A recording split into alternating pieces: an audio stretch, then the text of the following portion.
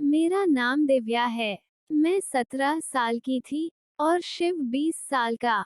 हमारी दोस्ती कॉलेज में शुरू हुई थी। हमारी पहली मुलाकात कॉलेज के रास्ते में हुई थी। ये पहली नजर का प्यार नहीं था। पहले शुरुआत बातचीत से हुई, फिर फोन नंबर एक्सचेंज हुए और उसके बाद बातचीत धीरे धीरे दोस्ती में बदल गई। दिन बीतते गए, मैं और शिव एक दूसरे के करीब आते गए। फिर हमारा रिश्ता दोस्ती से आगे बढ़ गया। मैं और शिव एक दूसरे से प्यार करने लगे थे। शिव ने मुझे प्रपोज करके पहल की थी। मैंने भी हाँ कही और हम पहली बार घूमने के लिए मॉल में गए थे। हमारे बीच का प्यार दिन ब दिन बढ़ता गया। जैसे जैसे हमारा प्यार बढ़ता गया, वैसे वैसे ही हमारे प्यार की खबर हमारे घर वालों तक पहुंच गई। मेरे पिता ने मुझे शिव से फोन पर बात करते हुए सुन लिया था। अगले ही पल मेरा फोन तोड़कर फेंका जा चुका था। और उस दिन कोई जानवर को भी ना पीटे, इतनी पिटाई की गई थी मेरी। एक तरफ हमारा इश्क परवान चढ़ रहा था और दूसरी तरफ मेरे माता पिता का पारा। शिव को जब पता चला, तब उसने मुझे हम जल्द ही शादी कर लेंगे का दिलासा देते हुए कुछ और दिन बर्दाश्त करने के लिए कहा। मुझे शिव पर भरोसा था। उसने अपने प्यार का इजहार करते वक्त ही मुझसे शादी करने का वादा किया था। दिसंबर की सर्दियों में दोपहर के करीब 3 बजे होंगे, जब शिव की माँ उसके लिए खाना गर्म कर रही थी, तब मैं अचानक उनके घर पहुंची। कड़कड़ाती सर्दी में मेरे शरीर पर सिर्फ एक ढीला टॉप और जीन्स था। मैंने शिव का हाथ पकड़कर रोते हुए कहा, यहाँ से चलो, अभी चलो, मेरे घर वाले तुम्हें मार डालेंगे। शिव भी मेरे साथ निकल गया।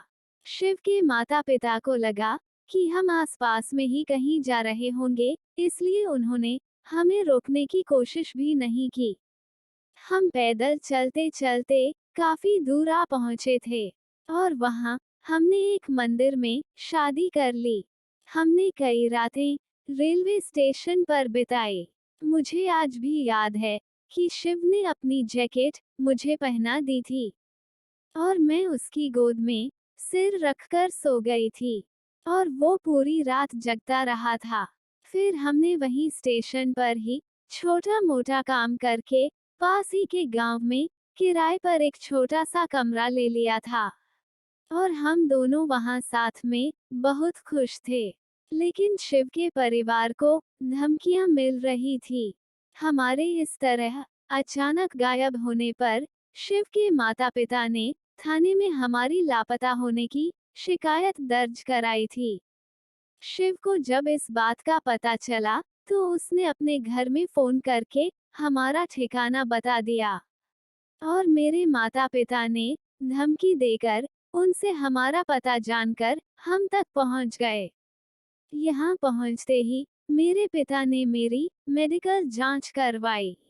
अगले ही दिन मेडिकल रिपोर्ट भी आ गई, जिसमें मेरे और शिव के बीच संबंध होने की बात स्पष्ट हो गई थी।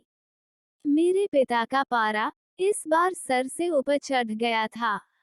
उन्होंने शिव पर मेरे साथ बलात्कार करने का आरोप लगाया। पुलिस ने शिव को नाबालिग से शादी करके बलात्कार के आरोप में जेल में डाल दिया।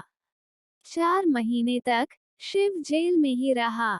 वहां रोज मुझे याद करते उसकी आंखों में आंसू आ जाते थे। वो अपने जज्बात एक डायरी में लिखता था। आज भी मैंने वो डायरी संभाल कर रखी है।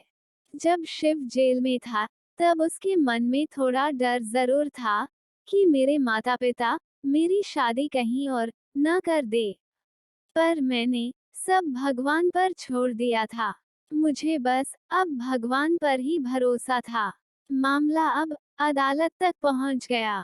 कोर्ट के नए आदेश के तहत नाबालिग लड़की से शादी करके शारीरिक संबंध बनाने को रेप के दायरे में रखा गया था। इसलिए अभी भी हमारे रिश्ते की राह में कानून की अड़चनें थी। मैंने जज के सामने अपने परिवार के साथ जाने से साफ इनकार कर दिया।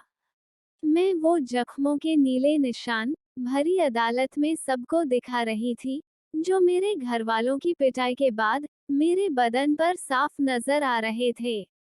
मैंने सोच लिया था, अब चाहे जो हो जाए, पीछे नहीं हटूंगी।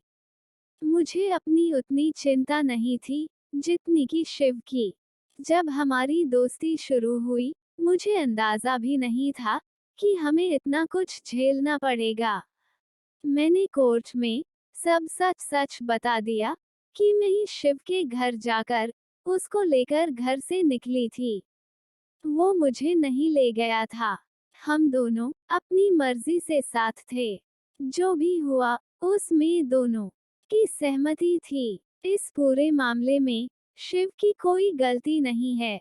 आखिर जज ने फैसला सुनाया, दोनों अपनी मर्जी से साथ थे। और जज ने शिव पर लगे बलात्कार के आरोपों को भी खारिज कर दिया। लेकिन हमें साथ रहने की इजाजत नहीं दी, क्योंकि अभी हम दोनों नाबालिग थे।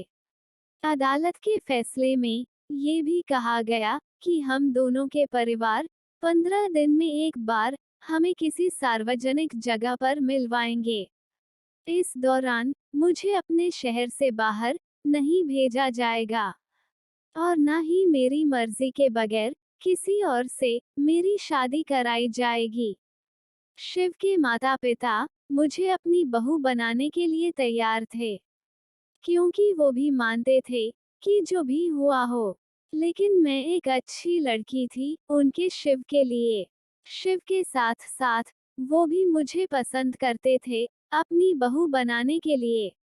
मैं और शिव अपना एक एक दिन गिनकर काट रहे थे। हमारे सामने अभी 1 साल था। उसके बाद हम दोनों ही बालिग होने वाले थे और हमारी शादी को कानूनी मान्यता मिलने वाली थी। तब तक हम दोनों अपने अपने परिवार के साथ ही थे।